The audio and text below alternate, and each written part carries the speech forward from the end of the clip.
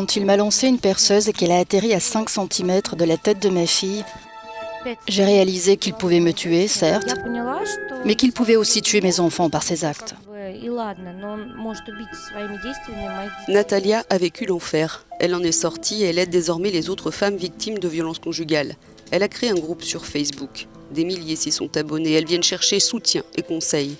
L'objectif de Natalia est d'ouvrir un refuge pour les femmes en danger qui n'ont nulle part où aller.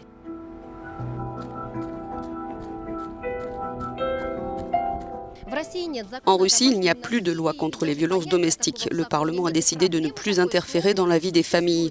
Les groupes de défense des droits de l'homme ont tiré la sonnette d'alarme. Une telle politique détruit des vies qui pourraient être sauvées, selon eux. Depuis 2017, la Douma a en effet dépénalisé les violences dans le cercle familial sous la pression des groupes orthodoxes. Plusieurs tentatives pour faire voter une loi sur les violences conjugales ont échoué depuis. Une nouvelle proposition devrait être prête en décembre. Le projet de loi doit introduire les termes juridiques de violence morale et financière, fournissant des armes légales pour stopper les agresseurs.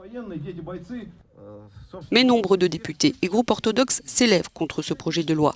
Samedi, lors d'une manifestation à Moscou, on pouvait encore lire sur des pancartes « La famille est l'endroit le plus sûr au monde ». Oksana Pouchkina est l'une des rares députées à se battre pour soutenir ce projet de loi. Elle dit avoir été menacée, mais elle tient bon.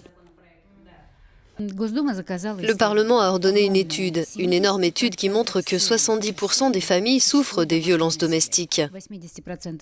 Et dans 80% des cas, les victimes sont des femmes. Ensuite, ce sont les personnes âgées, puis les enfants.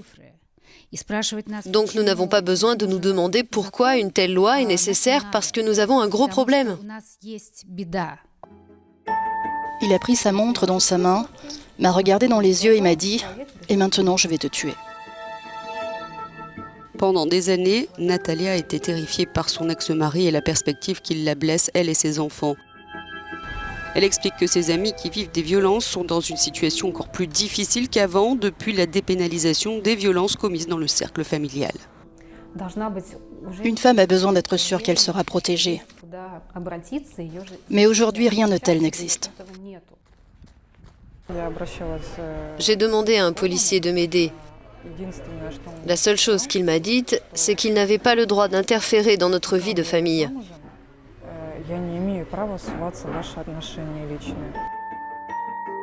Lorsque le mari de Daria est devenu accro à la drogue, il l'a violée et promettait de la tuer, enfant à la maison ou pas.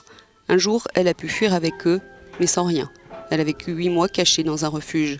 Un endroit mis sur pied par une autre victime de violences conjugales qui a pu trouver des financements pour fournir abri et aide de professionnels. Des dizaines de femmes et d'enfants ont ainsi pu recommencer une toute nouvelle vie. Si l'on parle de chiffres, 16 millions de femmes sont victimes de violences conjugales et environ 10 000 meurent sous les coups chaque année en Russie. Le jour où nous n'aurons plus besoin de refuge comme celui-ci devrait venir. Mais il me semble qu'il va falloir longtemps, parce que même si cette nouvelle loi passe, elle devra être expliquée, intégrée, et les femmes devront apprendre comment être courageuses pour la faire appliquer.